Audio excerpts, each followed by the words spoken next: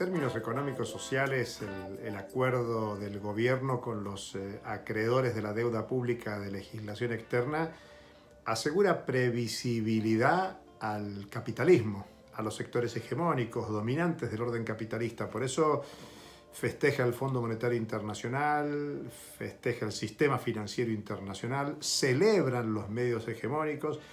Hay acuerdo, obviamente, del oficialismo que lo suscribe, pero también de la oposición, que constituyen el partido de la deuda que avaló a comienzo de años la ley de sustentabilidad de la deuda y que está aprobando en estas horas la negociación de la deuda en divisas de legislación local, en el mismo sentido con los extranjeros.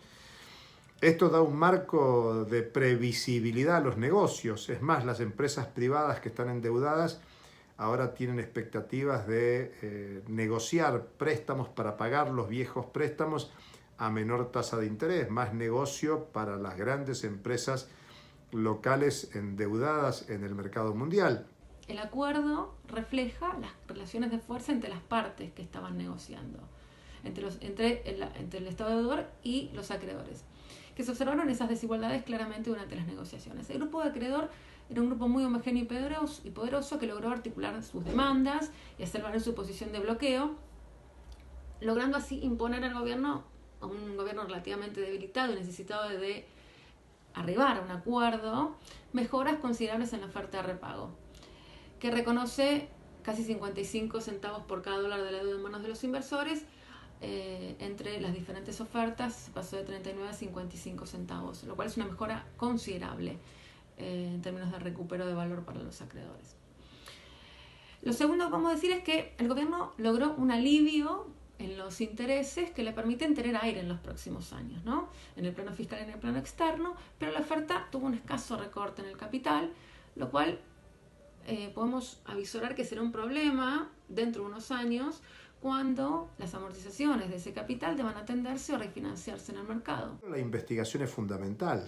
El Banco Central de la República Argentina sacó un informe en mayo pasado donde habla que en los últimos 4 años se tomaron 100.000 millones de dólares de nueva deuda y hubo fuga de capital por más de 86.000 millones de dólares.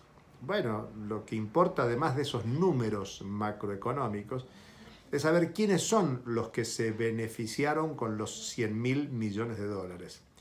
¿Quiénes son los que fugaron capital desde la Argentina? ¿Quiénes son los que evaden impositivamente? ¿Quiénes son los que tienen sus recursos en activos externos en el exterior? La investigación nos permitiría ver también las corresponsabilidades de funcionarios locales. ¿Qué necesidad había de un bono a 100 años, como se tomó en el último periodo? Ver si parte de los bonistas que representan estos fondos financieros que llegaron al acuerdo con la Argentina incluye a exfuncionarios del gobierno anterior o de cualquiera de los gobiernos de la Argentina. Ver la corresponsabilidad de los funcionarios locales, de las empresas locales. Las posibilidades de suspensión o auditoría o investigación están en relación con varias variables, ¿no? La posición de fortaleza frente a los acreedores, la voluntad política del gobierno, la existencia de una coalición o fuerza social amplia que apoye ese camino y también las características del endeudamiento. En relación a la posición de fortaleza de los gobiernos frente a los acreedores, creo que el gobierno argentino está debilitado en tanto busca reinsertarse en los mercados internacionales, tiene serios problemas de sostenibilidad y tiene serios problemas en el sector externo. Entonces, una política o una estrategia agresiva como sería la de una auditoría en un contexto y con esos objetivos no sería viable, digamos, ¿no? En este punto tampoco existe voluntad política del gobierno. La estrategia fue adecuarse a las reglas que impone el mercado financiero, que es la reestructuración de la deuda a través de un canje con participación voluntaria de los acreedores. En este punto la acción del gobierno se orientó hacia una estrategia que se enmarcó dentro de las reglas existentes en las finanzas internacionales. Por otro lado, creo que tampoco hay una fuerza social o política con un volumen necesario para lograr imponer ese camino. Más bien los apoyos sociales y políticos tuvieron que ver de parte de los principales actores como gobernadores, empresarios, sindicatos, tuvieron que ver con ir en el camino de la búsqueda de un acuerdo negociado con los acreedores. Y por otro lado, en relación a las características del endeudamiento, a diferencia de otras etapas, digamos, esta deuda fue tomada por un gobierno constitucional, nos guste o no nos guste, la orientación de su política fue un gobierno constitucional elegido en las urnas, y el endeudamiento, por lo menos con los privados, con el FMI ya sabemos que tiene otras características, que incluso violaron las propias reglas del Fondo Monetario, fueron aprobadas el endeudamiento fue aprobado por dos poderes del Estado. El Poder Ejecutivo, que los propuso en sus programas financieros, ¿sí?, en las leyes de presupuesto que envió al Congreso, y el Congreso que aprobó esas leyes.